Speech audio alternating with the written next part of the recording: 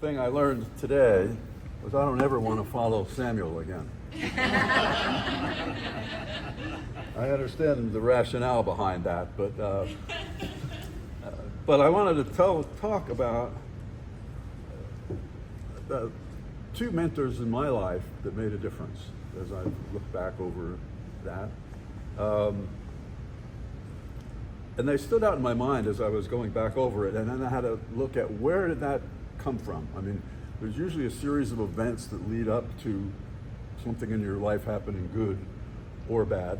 And I had no plans, I think I've mentioned before, to go beyond just being a police officer, not promote or do any of that, but that changed along the way. I've been through a series of incidents that troubled me, and I'll share with them briefly that I was 1969, I think, I found myself working the vice unit in the Venice area of Los Angeles, which in 1969 was an absolutely fascinating place to be. This was all the hippies and the bikers and protests, and so it was a lot of fun. But what I learned very quickly was that the vice unit that I went to was basically pretty corrupt. And I grew up in a small town in New Jersey, and I kind of sensed right from wrong, but we didn't talk about it very much, but I just had this sense this is not good. But one of the events that had occurred was there was a bowling alley that was also had a theater associated with it, and in those days, these topless dancers were the big no-no. There was a big emotional upset in the world that said this is the horrible, horrible thing that's occurring to us here. And part of the vice unit's job was to make arrests. So I mean, you got to picture that a job of a 24, 25-year-old young kid going in to watch, getting paid to go in to watch topless dancers, you know. Was an interesting experience, to say the least. But I did it. But then we also learned that there was an after-hours drinking going on there, and that the captain of that particular division that actually I worked for was dating one of the topless dancers. I mean, I'm not all that bright, but I knew there was probably something not wrong with that. But there was also the after-hours drinking was so prevalent that there were law enforcement people that came from other parts of the city because they knew they could drink there and play pool, and it was a bowling alley on Century Boulevard with glass windows that anybody in the world driving by would know that something wasn't going on very well here.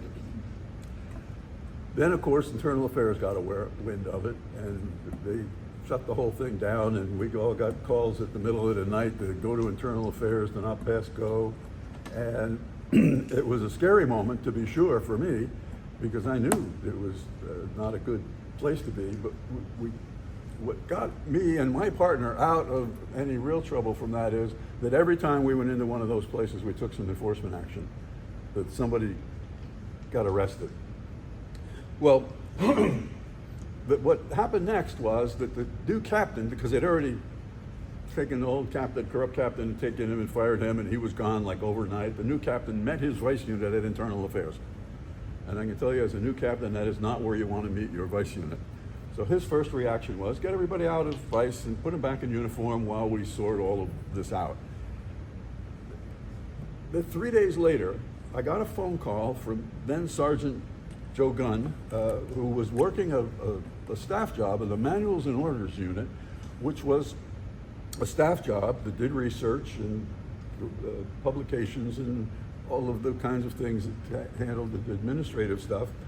And they called me up, and he wanted to know if I wanted to come down there and work, because somewhere along the way, for promotional purpose, you have to take an English test on the department. That's just a normal run-of-the-mill average English test.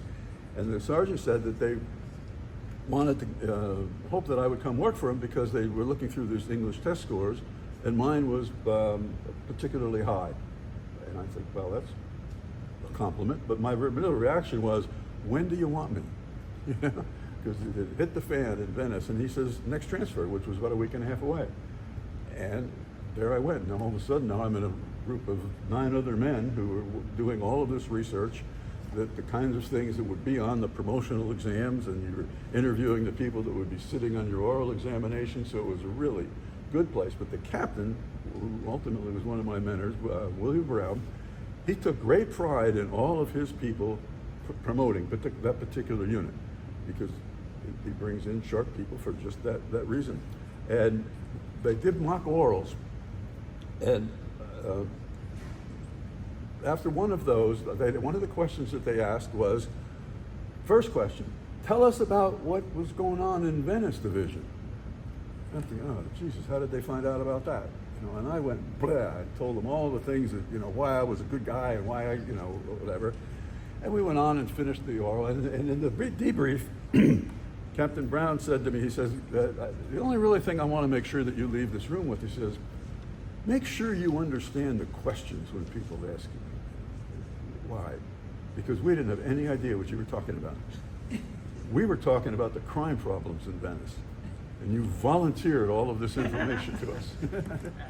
And the reason he did is because that's a standard question, and that was the first question they asked me when I went in my oral examination. First one.